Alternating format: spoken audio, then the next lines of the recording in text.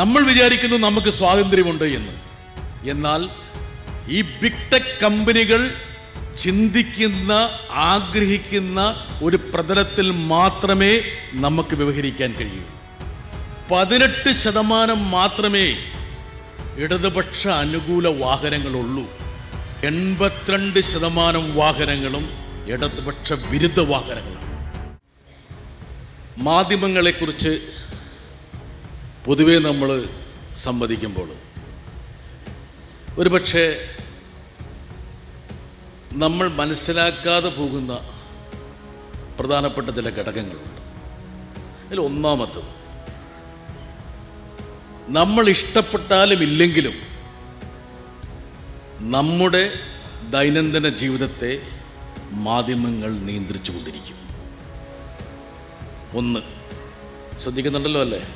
ഞാൻ മലപ്പുറത്തേക്ക് വരുന്നില്ല എന്നും പറഞ്ഞ് ഇടയ്ക്കിടയ്ക്ക് എന്നോട് പരാതി പറയുന്ന ആളാണ്. ഇത് മലപ്പുറത്തല്ലേ ഇപ്പം ഞാൻ നിൽക്കണത്? ആണല്ലോ. അതുകൊണ്ടാണ് മാധ്യമങ്ങളുടെ ഏറ്റവും പ്രധാനപ്പെട്ട നിർവചനമെന്ന് പറയുന്നത് മനസ്സിൻ്റെ വ്യവസായമാണ് മാധ്യമങ്ങളെന്ന് പറയുന്നത്.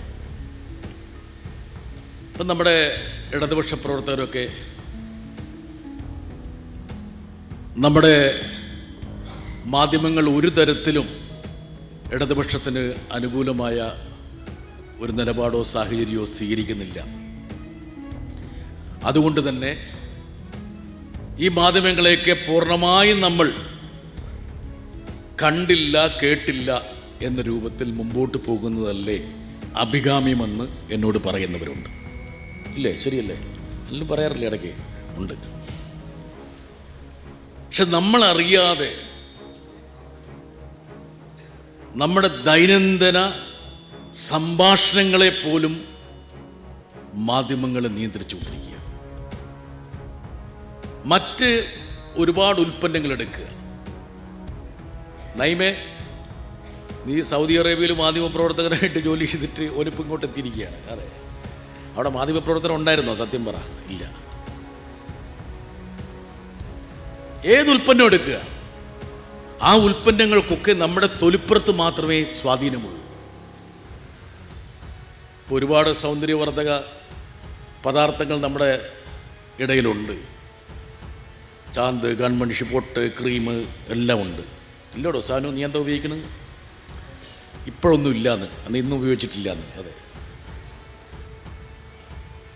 പക്ഷെ ഇവയ്ക്കൊന്നും നമ്മുടെ മനസ്സിനെ സ്വാധീനിക്കാൻ പറ്റില്ല. നമ്മുടെ മനസ്സിനെ സ്വാധീനിക്കാൻ പറ്റുന്ന ഒരു പ്രോഡക്റ്റ് എന്ന് പറയുന്നത് മാധ്യമങ്ങളാണ്. ഇപ്പം നമ്മുടെ കേരളത്തിൻ്റെ ഒരു സാമൂഹ്യ സാംസ്കാരിക അവസ്ഥ ഒന്ന് പരിശോധിക്കുക. നമ്മളൊന്നും വേണ്ട, നമ്മൾ യാത്ര ചെയ്യുമ്പോൾ നമ്മുടെ റോഡിന് ഇരുവശം ഒന്ന് നോക്കുക. നമ്മുടെ ഭക്ഷണ പദാർത്ഥങ്ങളിൽ വന്ന മാറ്റം. ഇപ്പം കുഴിമന്തി എന്നുള്ളൊരു ബോർഡില്ലാത്ത ഒരു വഴിയും കേരളത്തിലില്ല. 25 വർഷം മുമ്പ്, 20 വർഷം മുമ്പ് അങ്ങനെ ഒരു ഉൽപ്പന്നത്തെക്കുറിച്ച് നമുക്കറിവുണ്ടായിരുന്നില്ല. നമ്മുടെ രീതികൾ മുഴുവൻ മാറി. നമ്മുടെ സംസാര ഭാഷകൾ തന്നെ മാറി, വെക്കാബുലറി മാറി. നമ്മൾ ഉപയോഗിക്കുന്ന പല പദങ്ങളും ഒരുപക്ഷെ 10-15 വർഷം മുമ്പ് നമുക്ക് അറിവുണ്ടായിരുന്നില്ല. നമ്മുടെ കുടുംബത്തിലെ നമ്മുടെ മക്കൾ ഉപയോഗിക്കുന്ന വാക്കുകൾ, ഈ നികേഷിനൊന്നും ഒരു കാരണവശാലും അവർ സംസാരിക്കുന്ന ഭാഷ മനസ്സിലാവില്ല. പല രൂപത്തിൽ അവർ സംസാരിക്കുക. ഇതെല്ലാം മാറി.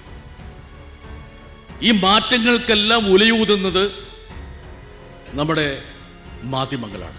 ആ മാധ്യമങ്ങൾ എന്ന് പറയുമ്പോൾ ഇപ്പോൾ അൽഗോരിതം എന്ന് പറഞ്ഞു. നെറ്റ്ഫ്ലിക്സിൽ ഈ സാമൂഹ്യ മാധ്യമങ്ങളെക്കുറിച്ച് മനോഹരമായിട്ടുള്ള ഒരു പരിപാടി ഉണ്ടായിരുന്നു. എങ്ങനെയാണ് സാമൂഹ്യ മാധ്യമങ്ങൾ നമ്മുടെ ജീവിതത്തിൻ്റെ സമസ്ത തലങ്ങളെയും കാർന്നു തിന്നുന്നത്. ഈ സാമൂഹ്യ മാധ്യമങ്ങൾ ആരംഭിച്ച സമയത്ത്, അതല്ലെങ്കിൽ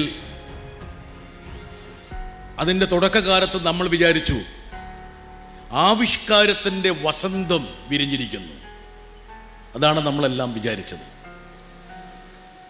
ആർക്കും എന്തും എപ്പോഴും നിർഭയമായി പറയാൻ കഴിയുന്ന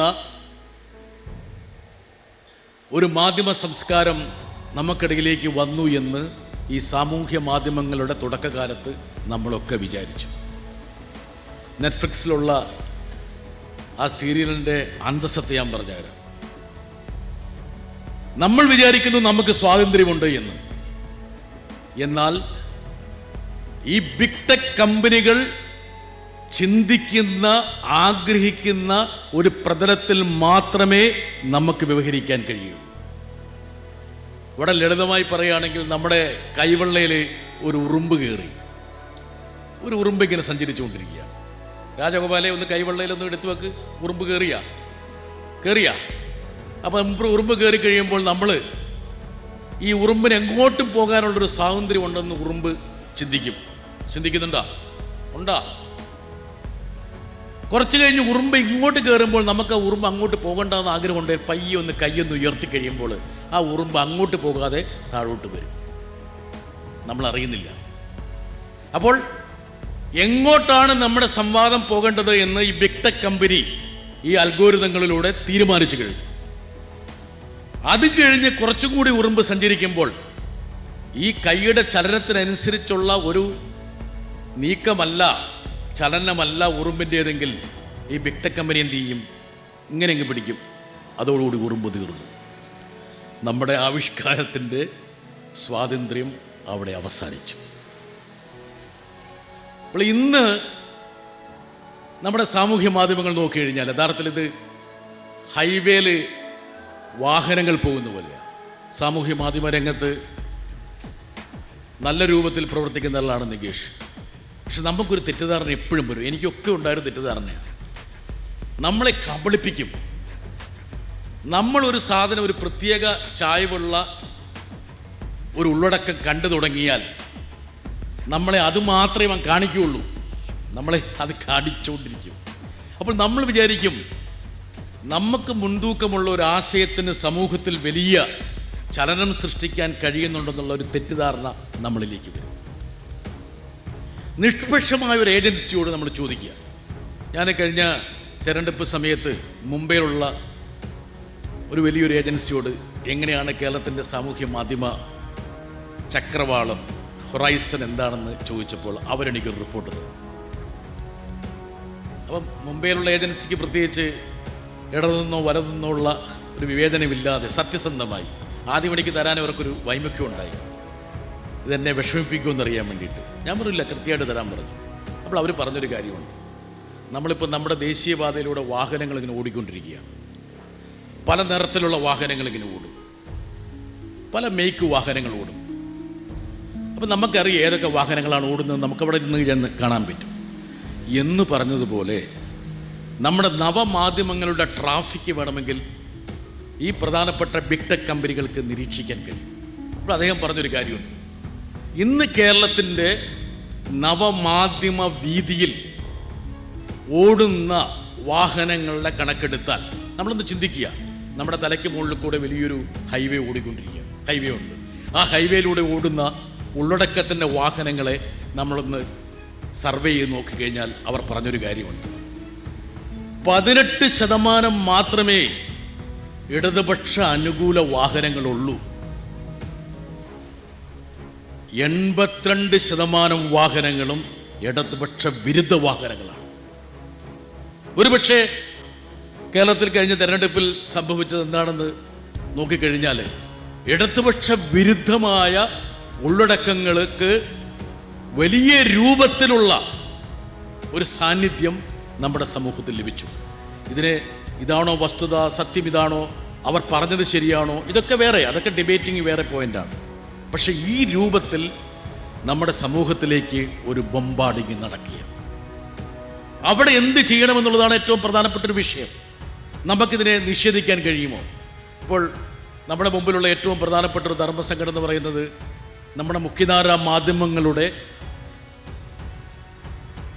സങ്കല്പങ്ങളും വാർത്താരീതികളൊക്കെ ഒരു തരത്തിലും നമുക്ക് ഗുണകരമല്ല.